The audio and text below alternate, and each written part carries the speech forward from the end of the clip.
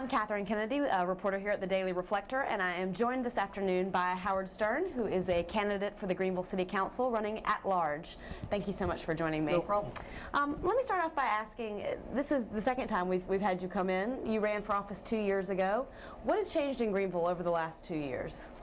Not a lot, and that's part of the reason I'm running again, is the fact that there's not a lot of anything been happening. The crime is still an issue.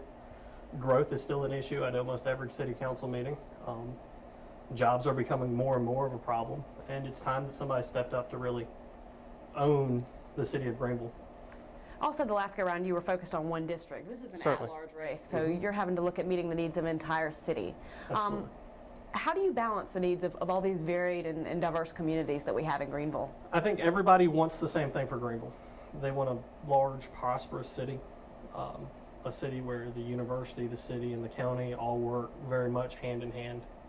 And being able to deliver that to different groups that want different things is a bit of a challenge, but we're getting there.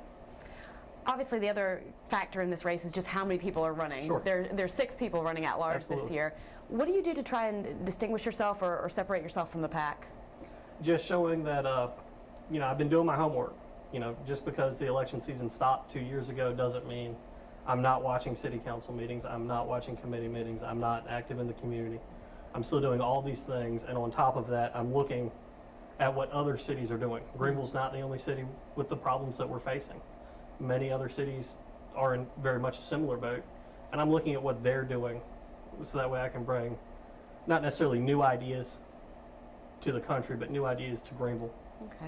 And when you talk about the problems that we're facing and the issues, you mentioned crime. What are the main issues you see facing Greenville today? Well, I don't know that the chief of police and the city council are, obviously they're working towards the same goal.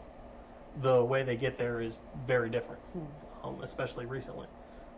I like Chief Anderson. I think he's doing a very good job, and I think that a little more cohesion between the upper management of the police department and what the people of the city of Greenville are looking to see would be very helpful. Okay. Other things aside from crime, though?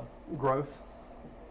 Everybody gives the appearance that if you don't like their side of the growth issue, that you're answering to a special interest group.